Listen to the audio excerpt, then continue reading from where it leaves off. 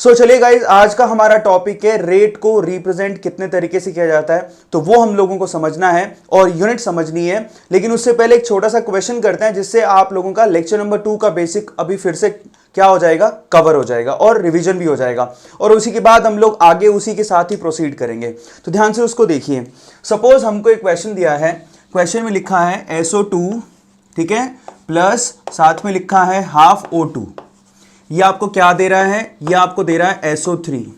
हमको पता है कि ये तीनों क्या है, गैसेज। तो मैं नीचे लिख देता हूं, now this one is a gas, this one is also a gas and this one is also a gas, ठीक है। अब आपसे पूछा क्या है, इसके लिए रेट की रिप्रेजेंटेशन करो, मतलब यहां पर रिएक्टेंट के केस में रेट लिखो, प्रोडक्ट के केस में रेट लिखो और साथ ही में रेट ऑफ रिएक्शन भी लिखो। तो कैसे करोगे, बहुत सिंपल है। देखिए फिर से कई बच्चे यहां पूछ रहे थे तो मैं कुछ बातों के जवाब दे देता हूं।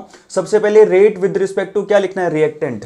तो हम लोग यहां पर लिखने वाले हैं rate with respect to reactant, ठीक है। So with respect to reactant सबसे पहले हम लोग ये लिखते हैं। सो फर्स्ट ऑफ ऑल तो रिएक्टेंट है कौन कौन, that is SO2 and O2। ये हमारे लिए रिएक्टेंट है, इनके लिए रेट लिखनी है। तो उसको लिखेंगे कैसे, देखिए फर्स्ट ऑफ ऑल तो इनके नाम होते हैं। सपोज आप SO2 के केस में लिख रहे हैं, so that is rate of disappearance.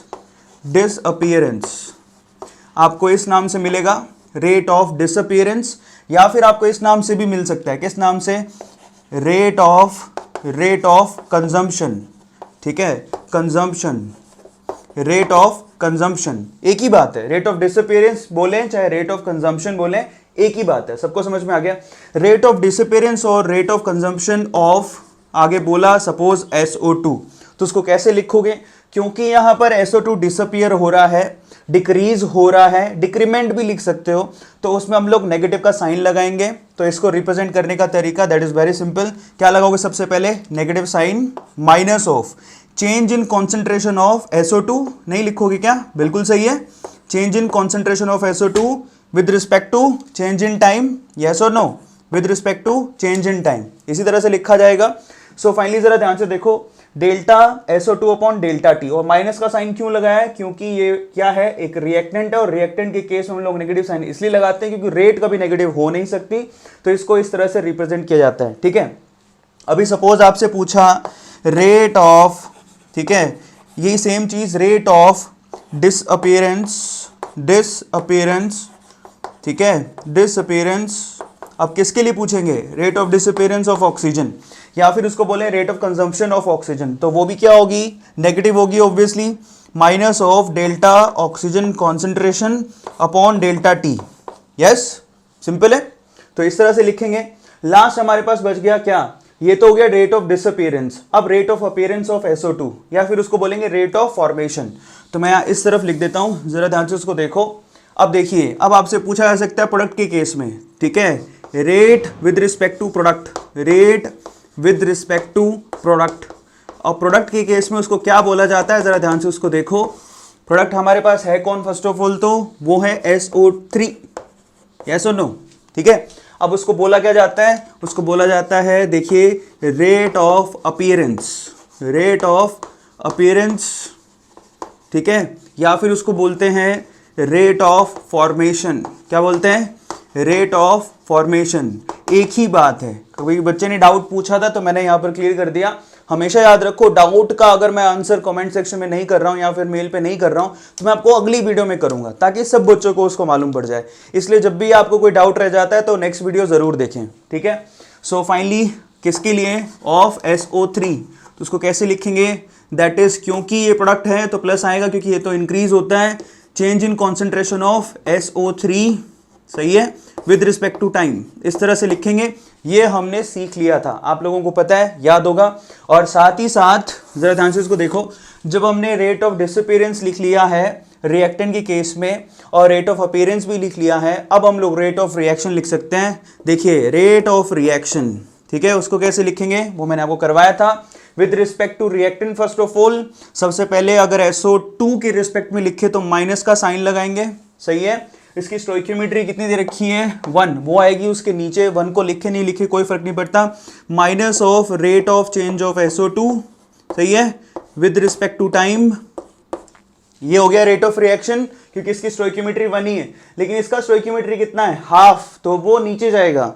तो कैसे आएगा, that is equals to minus of rate of change of, now look at it, oxygen का concentration change with respect to time, और साथ में देखिए क्या रहेगा, स्टोइकियोमेट्री नीचे आएगी, सही है।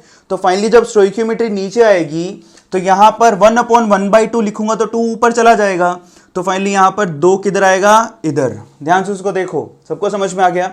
सो फाइनली 2 ऊपर कैसे आया जरा चेक करो, क्योंकि यहां पर स्टोइकियोमेट्री कितनी है, हाफ, और स्टोइकियोमेट्री से हम करते हैं डिवाइड। सबको समझ में आ रहा है। सो यहां पर 1/2 लिखूंगा तो 2 ऑटोमेटिकली ऊपर चला जाएगा। This is so much interesting and important. ये देखिए यहां पे, ये जिस चीज को समझ में आ गया कमेंट सेक्शन में जरूर लिखेगा कि यहाँ हाफ को हाफ की वजह से 2 ऊपर कैसे चला गया, मुझे क्लियर है, इस तरह से जरूर लिखिएगा, ठीक है। I have cleared. तो ये हो गया rate of reaction with respect to oxygen, सबको समझ में आया। Now rate of reaction with respect to SO3, उसको कैसे लिखेंगे, दैट इज, वो आएगा प्लस में, that is change in concentration of SO3, सही है, अपॉन चेंज इन टाइम। तो देखिए इसी तरह से हम लोग रेट ऑफ रिएक्शन लिखते हैं। अब देखिए यहां पर बड़े ध्यान से समझिए, ये था बहुत ही आसान। आई होप आप लोगों को समझ में आ गया होगा कि यहां पर क्या करते हैं। इसकी बेसिक ये है कि अगर आपको रेट ऑफ अपीयरेंस या फिर रेट ऑफ डिसअपीयरेंस लिखना हो, इस केस में रेट ऑफ डिसअपीयरेंस और इस केस में रेट ऑफ अपीयरेंस, तो आपको स्टोइकियोमेट्री कोई जरूरत नहीं है। सबको समझ में आ गया। ये एक एक्सपेरिमेंटल डेटा है और आपको सिर्फ कॉन्सेंट्रेशन में चेंज देखना है। लेकिन जब भी आपको यहां पर रेट ऑफ रिएक्शन लिखना हो, वी नीड स्टोइकियोमेट्री। मतलब हमें इसके लिए क्या जरूरत पड़ेगी, बैलेंस्ड केमिकल रिएक्शन की जरूरत पड़ेगी। ये आप लोगों को ध्यान रखना है, ठीक है। अब देखिए एक सवाल और उठता है, यहां पर मैं बार बार डेल का इस्तेमाल कर रहा हूं, ध्यान से देखिएगा। अब नेक्स्ट टॉपिक की तरफ मूव कर रहे हैं। फाइनली यहां पर मैं बार बार डेल का इस्तेमाल कर रहा हूं। कई बार बुक्स में डेल की जगह स्मॉल डी भी लिखा होता है, तो उसमें क्या फर्क है। तो इसका मतलब यह है कि जरा ध्यान से इसको समझिएगा, रेट ऑफ रिएक्शन या फिर किसी भी रेट को हम लोग 3 तरह से रिप्रेजेंट कर सकते हैं। ध्यान से देखिएगा, ठीक है। सो यहां पर लिखेंगे type of rate of reaction, ठीक है, या फिर टाइप ऑफ रेट, ठीक है। मैं यहां लिख देता हूं, this is type of representation of rate. कितनी तरह से रेट को रिप्रेजेंट किया जा सकता है, तो 3 तरीके से होता है। जरा ध्यान से इसको देखिए। फर्स्ट ऑफ ऑल तो एवरेज रेट, पहला क्या होता है, एवरेज रेट, ठीक है। दूसरा क्या होता है, इंस्टेंटेनियस रेट, ठीक है, बहुत इंपॉर्टेंट है। एवरेज रेट, इंस्टेंटेनियस रेट, और तीसरी होता है इनिशियल रेट। क्या होता है, इनिशियल रेट। ध्यान से इसको समझिएगा, एवरेज रेट, इंस्टेंटेनियस रेट और इनिशियल रेट। तो इसको हम लोग एक एक करके पढ़ते हैं। इसका क्या मतलब है, इसको ग्राफिकली समझेंगे। एवरेज रेट, इंस्टेंटेनियस रेट और इनिशियल रेट, ठीक है। सो 3 तरह से रेट को रिप्रेजेंट किया जाता है, वही हमें समझना है। लेकिन उससे पहले इस क्वेश्चन के साथ आप स्क्रीनशॉट ले लो और इसको जरूर समझें कि यहां पर हाफ था तो ये 2 ऊपर क्यों आ गया। क्लियर है। सो फटाफट से इसका स्क्रीनशॉट लो, उसके बाद आगे चलते हैं। ले लीजिए। सो चलिए गाइस, अब हम आगे चलते हैं और हम लोग अभी क्या सीखने वाले हैं, that is representation of rate. Rate को हम 3 तरह से रिप्रेजेंट कर सकते हैं, जैसा कि मैंने आपसे कहा। फर्स्ट ऑफ ऑल तो एवरेज रेट, फिर उसके बाद इंस्टेंटेनियस रेट और फाइनली इनिशियल रेट। तो इन पे क्वेश्चन आप पूछे जाते हैं, तो जरा ध्यान से उसको देखें। देखिए फर्स्ट ऑफ ऑल तो हम लोग डिस्कस करते हैं एवरेज रेट क्या होता है। Will talk about average rate, ठीक है। तो लिखिए एवरेज रेट। तो देखिए एवरेज रेट का सेंस क्या है, जरा ध्यान से उसको देखिएगा। जिसको हम लोग रिप्रेजेंट करते हैं कैसे, डेल्टा का साइन लगाते हैं। Delta change in concentration with respect to time, जो अभी तक आप करते आ रहे थे वो एवरेज रेट थी। सबको समझ में आया। अब इसका सेंस समझते हैं, उससे ज्यादा क्लियर होगा। जरा ध्यान से इसको देखिए। हम किसी भी रिएक्शन में जानते हैं कि रिएक्टेंट जो होता है, रिएक्टेंट क्या होता है, कंटिन्यूसली डिक्रीज होता है। सबको समझ में आता है। रिएक्टेंट तो कंटिन्यूसली घटता है, जबकि जो प्रोडक्ट है, ठीक है, जबकि जो प्रोडक्ट है वो कंटिन्यूसली बढ़ता है। ये तो हमें पता है। तो इसको ग्राफिकली कैसे रिप्रेजेंट करेंगे, concentration of reactant with respect to time continuously घटती है और concentration of product with respect to time continuously बढ़ता है। उसको ग्राफिकली रिप्रेजेंट किस तरह से करेंगे, जरा ध्यान से उसको देखिए। हम लोग एक ग्राफ बनाते हैं। ये देखिए यहां पर मैं एक ग्राफ बना रहा हूं।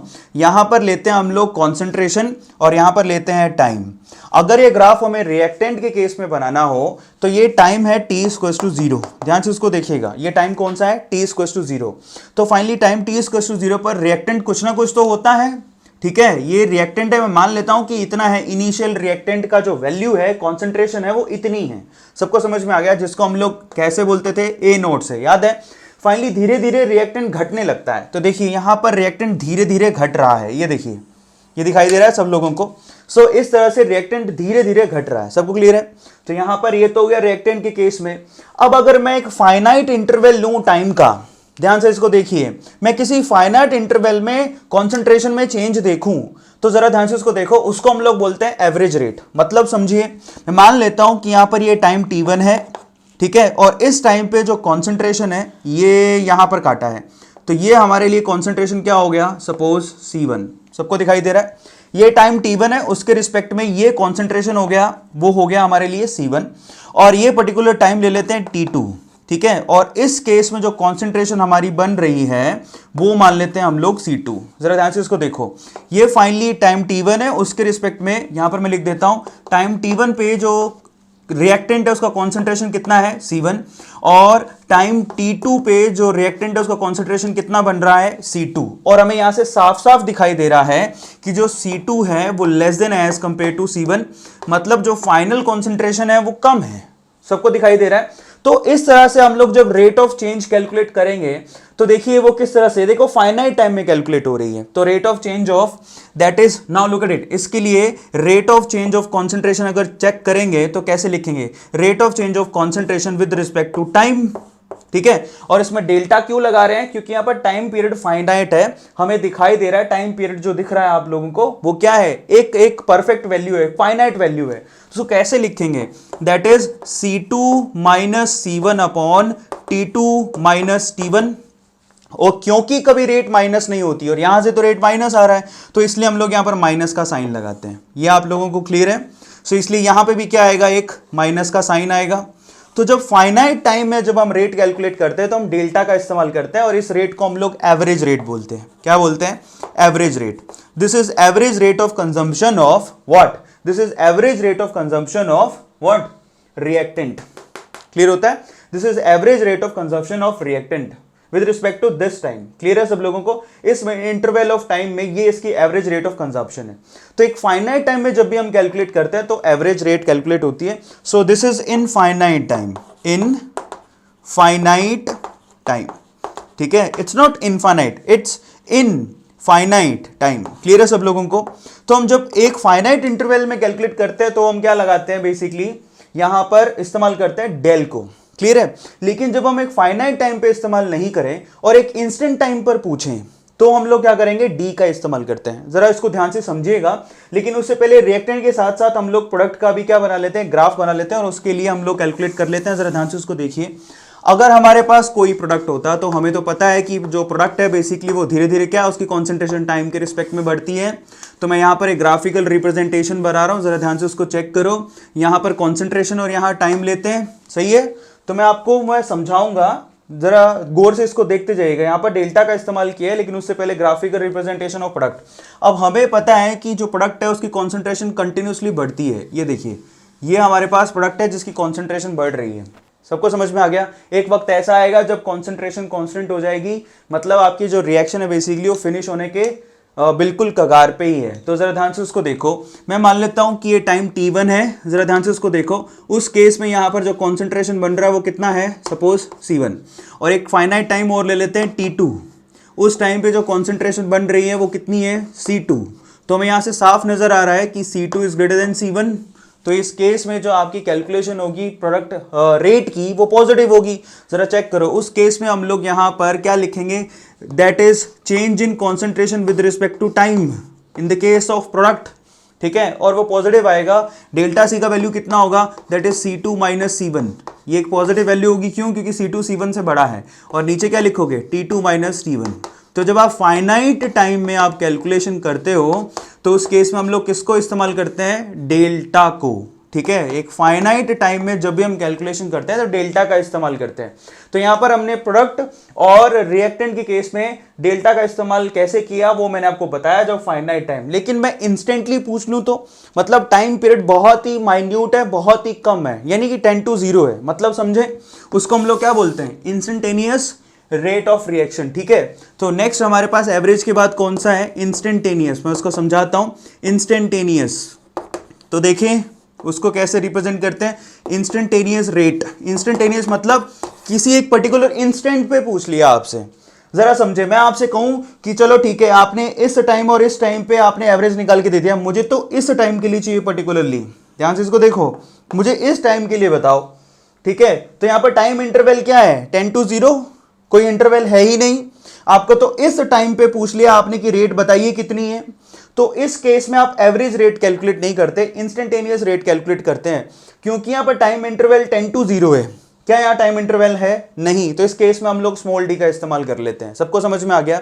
तो यहां पर कैपिटल डी का इस्तेमाल फाइनाइट टाइम के लिए होता है, लेकिन इंस्टेंटेनियस टाइम के लिए स्मॉल डी का इस्तेमाल किया जाता है। वहां पर डेल्टा टी टेंड टू क्या होता है, 0, मतलब यहां पर चेंज इन टाइम है ही नहीं।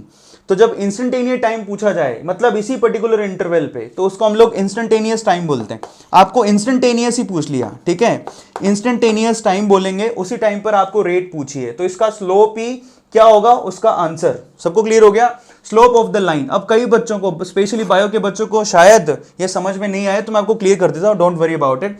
सो फाइनली अगर आपको किसी पर्टिकुलर पॉइंट पर पूछ लिया जाए कि इस पर्टिकुलर पॉइंट पर हमें रेट चाहिए, तो उसी को हम लोग इंस्टेंटेनियस रेट बोलते हैं। ठीक है, यहां पर डेल्टा टी 10 to 0 है, क्योंकि टाइम इंटरवल है ही नहीं। जरा चेक करो, इस केस में डेल्टा टी 10 to 0 है, मतलब नो चेंज ऑफ टाइम, क्योंकि इसी इंस्टेंट पर पूछ लिया। सबको समझ में आ गया।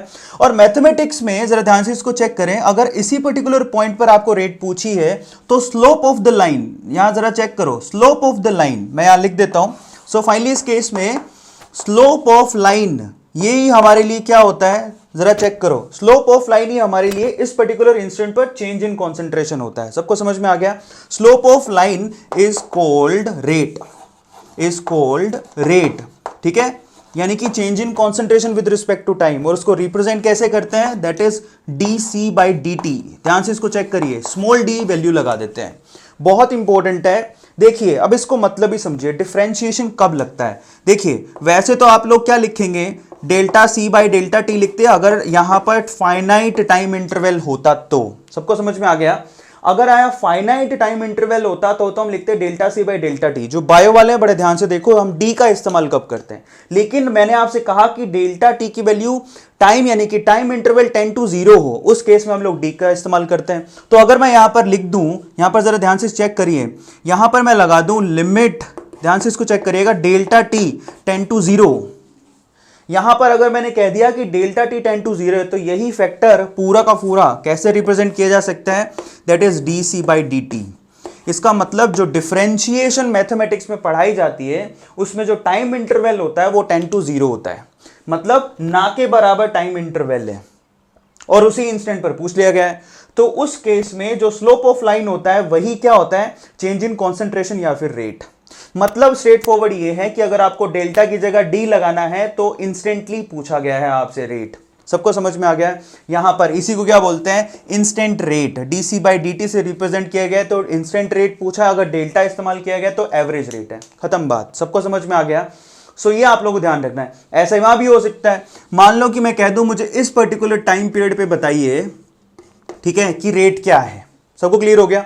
तो उसको हम लोग बोलते हैं इंस्टेंटेनियस रेट। सबको क्लियर है, क्योंकि यहां पर डेल्टा टी 10 to क्या है, क्योंकि इसी केस पर डेल्टा टी 10 to 0 है, क्योंकि यहां पर चेंज इन इंटरवल है ही नहीं। तो इस केस में जो स्लोप ऑफ लाइन होगा, ये देखिए स्लोप ऑफ लाइन होगा, उसी को हम लोग क्या बोलेंगे, that is the slope of the line is called change in concentration with respect to time, instantaneous change in concentration with respect to time, यानी कि डीसी बाई डी। सबको क्लियर है। तो यहां पर अगर इसी पर्टिकुलर पॉइंट पर पूछा जाए तो उसको बोलेंगे DC by D T, that's it.